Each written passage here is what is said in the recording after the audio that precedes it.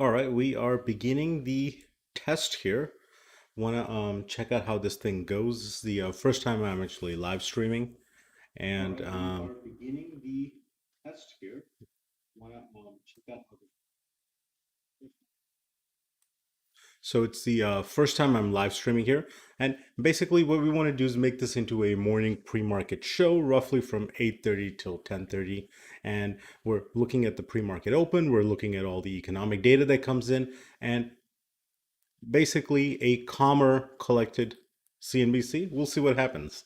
We'll go over the news. What I'm usually going to do is pull out a bunch of articles that I like, and then we'll kind of go through them. We'll do a TLDR on them. I'll then provide some analysis on them. And then, of course, if this chat room gets going, we can actually talk back and forth. As always, nothing here is to be construed as financial advice, and no relationship is being inferred between me and you. So let's look at the first one here. Inflation accelerates in Canada to inflation. All right, let's look at this one. Inflation accelerates in Canada to the fastest since pandemic hit. Now, what do we got here?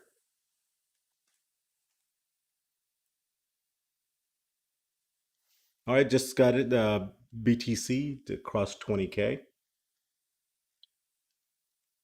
So what are you gonna do? That's gonna basically be the big news of the day. Boom, 20,337, looking good. Okay. So here is the core inflation that the Statistics Canada people look at, and then the Canadian Central Bank's probably looking at as well. And the average core inflation measure often sees as a better gauge of underlying health steady. So once again, this is similar to the economic stuff that we're seeing here in America, is that we're seeing inflation in food, inflation in energy. These things are kind of moving about. And of course, energy went down a little bit. So they're also sitting at below their 2% inflation rate. What are you going to do? Inflation does not seem to be showing up in Western economies. Let's see what else is going on here. All right, Vanguard makes history with the first $1 trillion equity fund. So what's happening here again is we're talking about passive investing really taking over active investing. And they've got $1 trillion under here, and this is their VOO, the Vanguard Total Stock Market Fund. And in fact, they're doing so good that they're kind of giving a big push to State Street, and they've got the SPY. And Vanguard, I think, is almost 66% cheaper than what State Street is. I guess we could look up what those management fees are, but Vanguard is a lot cheaper than what State Street is. And here's an interesting chart. We see this dip down here right at the recession. People left ETFs. Let's see if we can change the screen here. And what do we have here? So we're seeing a crash here, '08, of course, and then the sucker's moving up, moving up.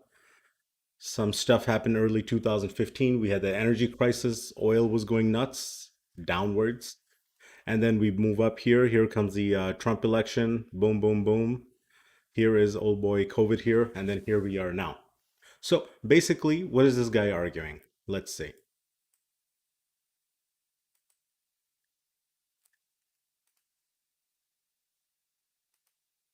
And what he seems to be arguing is the following. So index funds are going to continue becoming bigger and bigger. Passive index funds, of course, are going to get bigger and bigger. There was some news earlier last week where they showed that Vanguard had actually conducted a $7 billion swap with someone else in their ETF. The report, I can't find it right now, but basically the report indicated that this little leap here is happening. And what that basically means is that $7 billion were swapped. So the ETF did not sell all of that outright. They basically conducted this block sale for some large institutional holder. And that's essentially the key point here, is that whatever the article was I was reading, that Vanguard now is actually becoming a place where large institutional players are parking their money when they are looking for exposure in the broad S&P 500. So active management is being done basically in shop, and whatever the passive management component is, they're just leaving it to Vanguard because Vanguard is so cheap that it's okay for these large funds to eventually park money in there to just kind of hang out and have exposure to the S&P 500. So that's the story on this sucker here. What else do we have here? Is anyone in the chat here? Anyone watching me? Am I still here solo? I think I'm here solo, talking to myself. Hello, hello, talking to myself. Okay, what else do we got? Let's go look at some other cool things. What's Wall Street Journal up to? All right, retail sales fell 1.1% in November. Let's see, the decline marked a first drop in 7 months as consumers held back on early holiday spending. All right. They're going to link us out to the actual retail sales number. Let's look into this sucker. This is what I always like to look at, $546 billion. That's what you and I spent in the system in the month of November. 552 billion point five was revised in October, and they took it down just a tad. So the retail sales number is a very important number because it measures basically what you and I are doing. What are we doing? We're buying and selling stuff. And here we go. They do a granular study. They go down into all these things. I've actually done a video on retail sales. Check it out. And electronics and so on and so forth. Let's see. What do we got going on here? Adjusted, non-adjusted.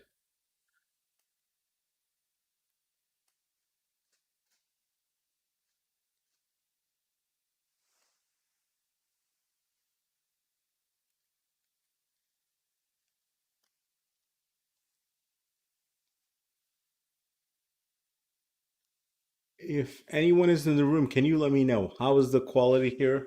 Are the lights too bright? Am I shining too much? I didn't shave today. We'll do that when we go live for real.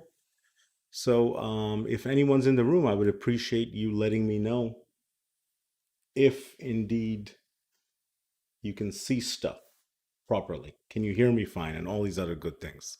All right, now we're sounding like those guys on Twitch.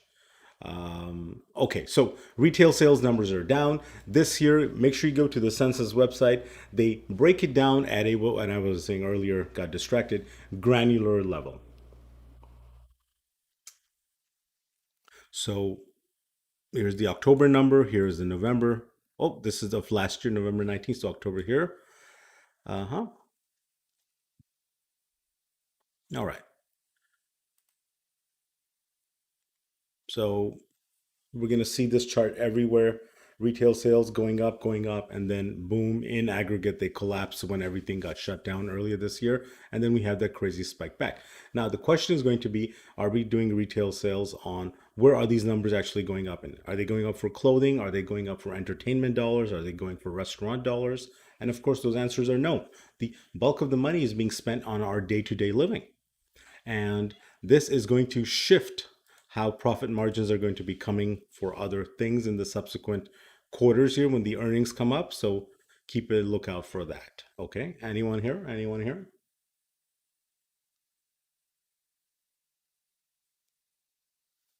What else are we looking at? Let's go to something more exciting.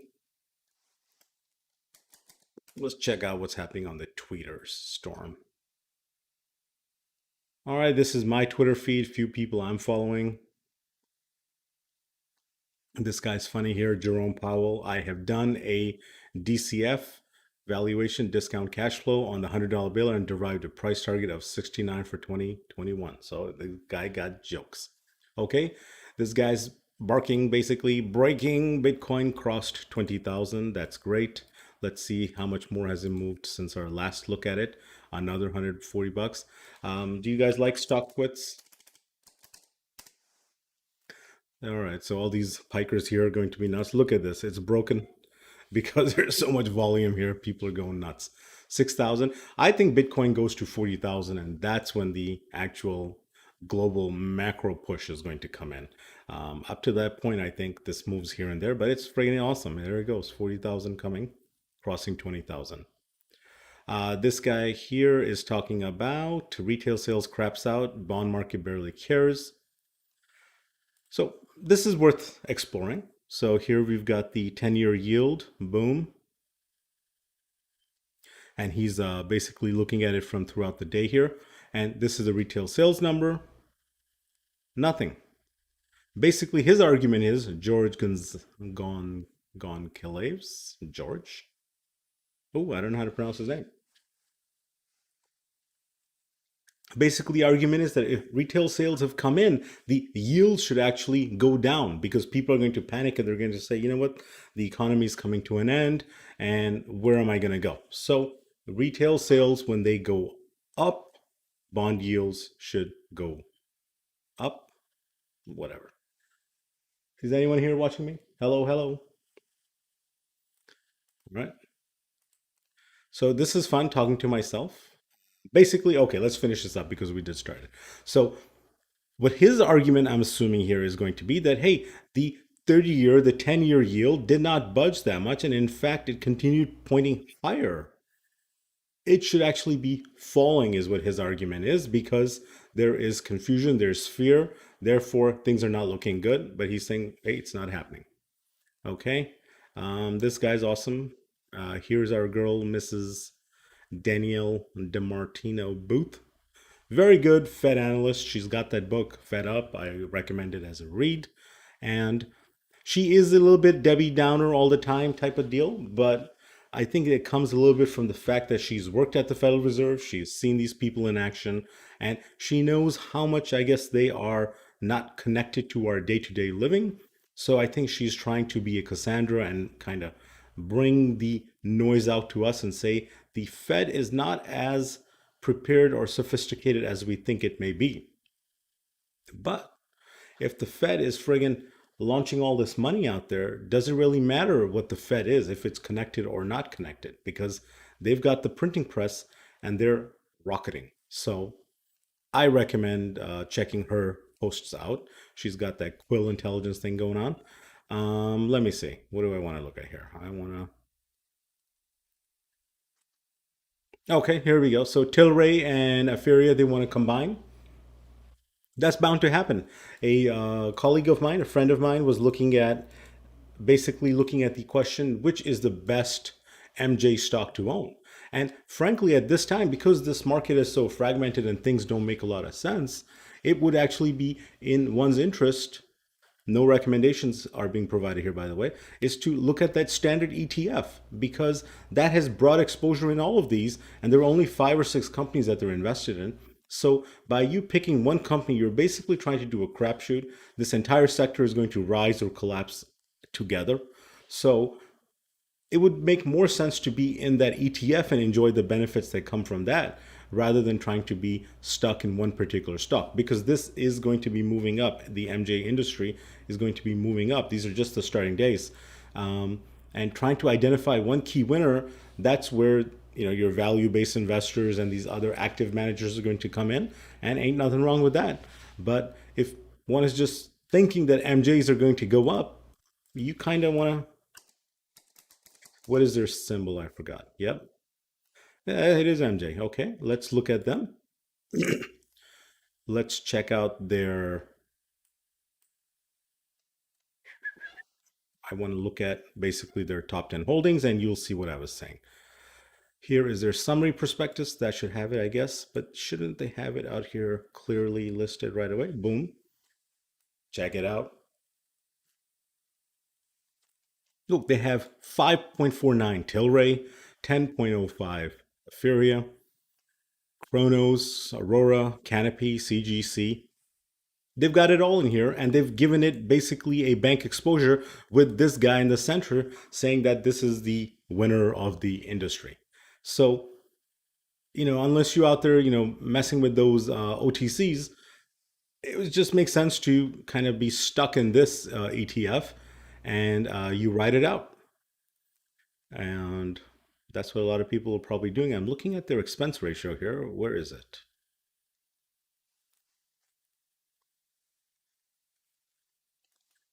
Do I have anyone watching me? Anybody? Nobody's watching me. Good. All right. Stock Twits is still stuck. Boom, is sucker's moving, huh? 25 now. 20,500. All right. Where else can we go? Let's go to BLS.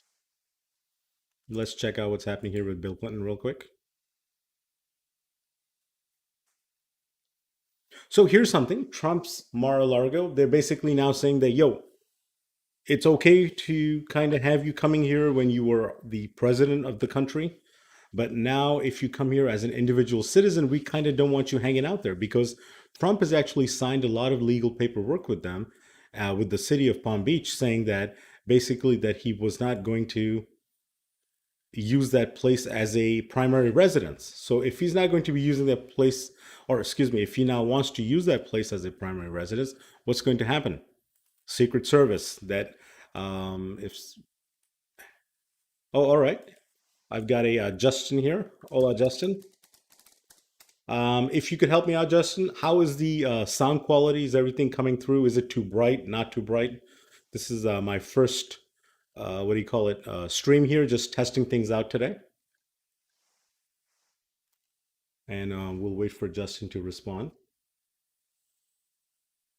So yeah, so basically Mar-a-Lago is now saying, bounce, we don't want you there. So it's going to be interesting. Is the president going to be able to claim this thing as his residence all over again, or is he going to find another city to live in? Because there's no way in hell he's going to convert this back into a individual residence.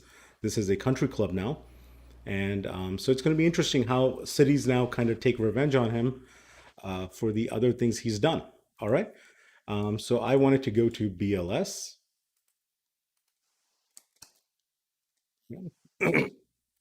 All right, let's, Justin. All right, thank you.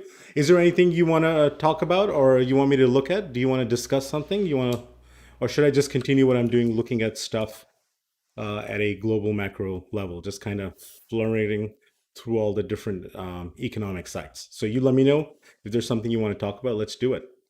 Um, I like the BLS website. They've got this publication here called the Economics Daily.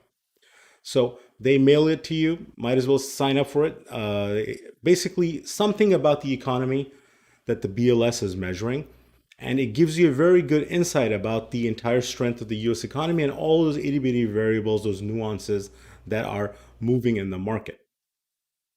I think it's important as a trader, as an investor, to have a very good understanding of what the nuances of the economy are. Because if you kind of don't understand what the cogs are, you're not going to be able to understand what those data points mean. So when we saw retail sales today, we could freak out and say, hey, the retail sales are horrible. What do? We die. And then did you see that guy when he said, well, the bond market didn't crash? Well, why didn't it crash? Because if you go into the retail sales, you'll see certain areas that were actually improving, certain areas that we were expecting to be bad, continue to be bad. So no big surprise. And that comes from understanding the granular nature. So what do we have here today? 4, 5.8 million, 5.1, 2020. Okay. So, excuse me. Same period. So, all right. Okay. This is a separation versus a addition hires thing. So how many people got laid off? How many got fired? So the October number was 5.8 million total hired, and total separations were 5.1 million. So there was a zero point 0.7 net gain, 700,000. And it's kind of telling us that which would be. So let's venture, excuse me. So trade, transportation, utilities, boom. 1.27, this is in millions hires, and 1.18 in bye-byes. Make sense? What is this? Why is there nothing more? Mining and lodging. Very few hires, increasing separations. That makes sense logically. And we kind of see, what is this? Professional services, they did some hirings, they did some separations. Okay. Leisure and hospitality starting to wake up. So that industry is eventually going to come back. I talked about it in another video where these cruise ships, they are friggin' ready. They're ready to go. All right, Justin just said something. I like it. Thank you, Justin. I'll bounce up here. Okay. Uh-huh. Well, let's. Justin is watching Bitcoin. I don't know if he's actually watching me right now, but what are your thoughts here, Justin? I am here at StockTwits. We are headed to 20,500, 20,600, 21. Earlier, I said that I think that the market doesn't really get crazy at it until we hit this 40,000 mark. I think it's too early in the game. And let's do a Google trend thing, which we see other people do all the time, and we look at the term Bitcoin, how much is being searched over the past 12 months, and we see that there really isn't that much of a move here, was there? Let's go back to say 90 days. And surprising, so there is not a lot of Bitcoin activity at the retail level. And why, guys and gals look up at this number, excuse me, at this Google trend number, is basically they're trying to say that if a bunch of people are now looking at it, that should induce a crazier bull market. And also, if a bunch of people are looking at it, that also means that retail traders and the quote unquote the non-sophisticated players are looking at it. Therefore, the thing is probably going to crash. So that's the way which large institutions like to think about this. And so here's that crazy spike here. That's of course the Bitcoin rally of 2017. And we've had nothing here. So here we are, Bitcoin again at that same price it was in 2017, in fact above it. But check this out, we are nowhere close to it in terms of search volume or people looking at it. So a lot of guys, especially on Twitter, they keep arguing that because no one is really talking about it, expect Bitcoin to keep going up and up. We'll see. All right, here is Swapnil. Hello there. I don't have any specific take on the Indian markets there, Swapnil, but I can speak at a global macro. I think emerging markets continue to be hot. I think once all this COVID things settle down, the India is going to move. That Nifty's moving like crazy. Let's see.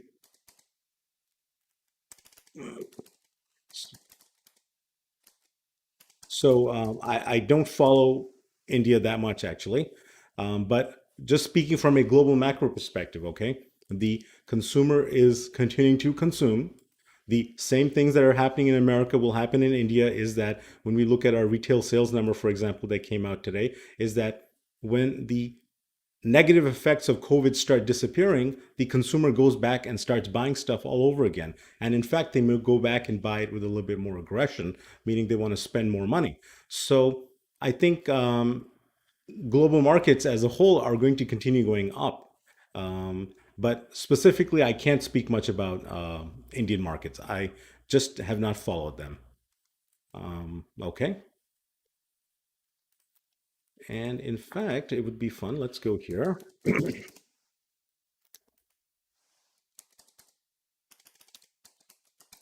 What should we look at? First of all, I like this chart here, the Indian rupee. Look at this sucker. So if you're following the markets, you know what's happening here. Let's look at Tata Motors. Are they still around? Of course they are. TTM. Here is their 5-year. Boom. Not too hot. Year to date, we're moving, wow, 300%-ish so far. 6 months. Holy moly. So this is a, frankly, without even me trying to go look at the details of it, why did this thing move up this much? This is the kind of thesis of what I was saying, is that when the consumer is out spending money again, it's going to go nuts. How was the Diwali season in India this year? Did they spend a lot of money, or did people kind of stay home? Okay, so what else do we got here? So BLS is a site I like to look at. Um, let's go to our market watches. What do we got here?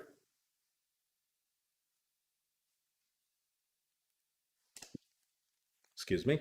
All right, Groupon stock. You know what? Actually, it's okay. We'll continue ADD-ing today. I want to look at this guy here. I want to go back to my feed. Look at tweets and replies.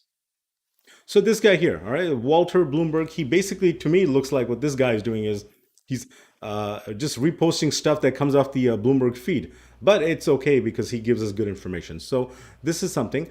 price target changes. So check this out. Google, the airlines, Gilead, Lyft, Uber, another airline, entertainment. So there are some price changes happening to the upside. And then what I found interesting was that the downgrades are kind of the same downgrades, just someone else is doing it on the other sector.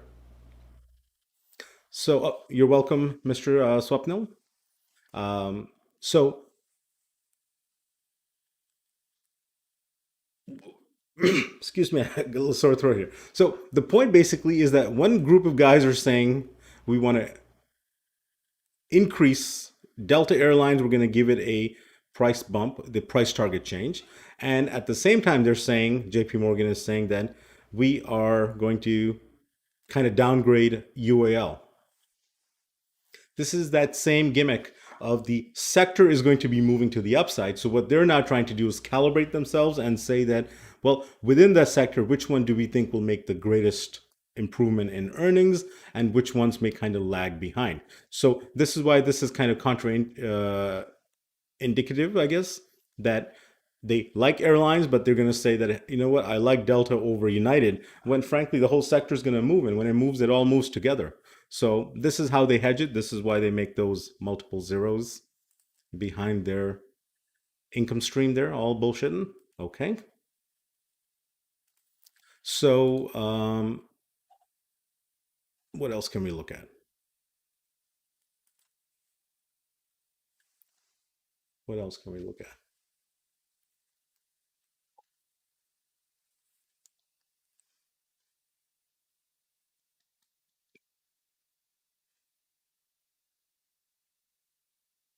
All right, let's talk about this. So I wonder what your thoughts are on this, to whoever is watching. So the S&P is going to be bringing in, I think, on the 21st, Elon Musk and company into the S&P 500. All right. So, well, we don't even have to get too unique about this. Let's just go look at the Google chart here. So look at this. Boom, boom, boom, right? We go from almost nothing, $30 a share, all the way to where we are now. And the point that someone raised is that this entire gain to the upside, the S&P 500 ignored in its entirety, because at that time Tesla was not or had no even qualifications to be part of the S&P 500. But now, when it is essentially at all-time global historic valuations and all these other things, they're adding it to the index, and basically the buyers of the index are taking on all the downside that may be coming, but gained none of the upside that came when essentially when they missed the entire Tesla boat. So this is one of the fundamental problems of index fund investing, is that we are beholden to how the fund is structured, and we are beholden to how the additions and subtractions happen. So I think that's a very valid point that people are raising, is that the S&P 500 is basically taken on a grenade, and it said we will put it inside our portfolio, and then when this thing goes kaput, because I think it eventually will, the holders of that index have more downside exposure than they have upside exposure. So one of the problems in index fund investing. And another fellow on Twitter had a very good point that because Tesla has such a higher beta compared to the S&P 500, and we can get that beta, I think Yahoo Finance has it clearly listed. Right. Okay, so here is their beta. So look at this. So it's almost 2x the index itself. So the argument is that this high beta is actually going to come in and cause mispricings within the S&P 500 complex. And he was looking at the SPX, which is the option trade that happens. And basically he was saying that because of Tesla's addition into the S&P 500, the IV, the implied volatilities on options in the SPX are actually going to go up. If anyone here has any experience on that, chime in and let's talk about that. So what else is going on?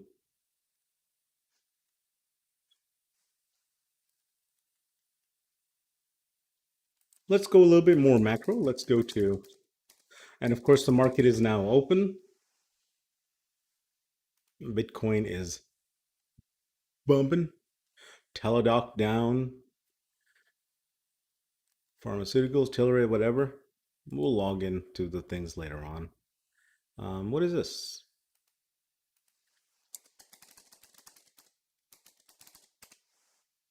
So at the much higher level, we have general news here. Fed closes out wild year of bond buying. Okay. So it's doing stuff here. I've got this here. Okay. So what I'm going to do is bring this to an end. I just wanted to test things out. I'm going to be doing this a lot more on the regular, every day, or maybe 3 times a week. Let's start at that, 3 times a week. So whoever came and watched me, thank you. I see a Justin here, of course. Thank you, Justin. Thank you, Swapnil, and whoever else came and saw me. So this is just a test. We're going to feel this out. Basically, my long-term goal here is that I think that a news network, a analysis network is needed. And I think that's what I'm trying to create. So we'll see what we can kind of organize. All right, I wish you all well. I'll talk to you soon. I'm going to turn this off now. And I've got to figure out how to turn it off. And stream. All right, ciao.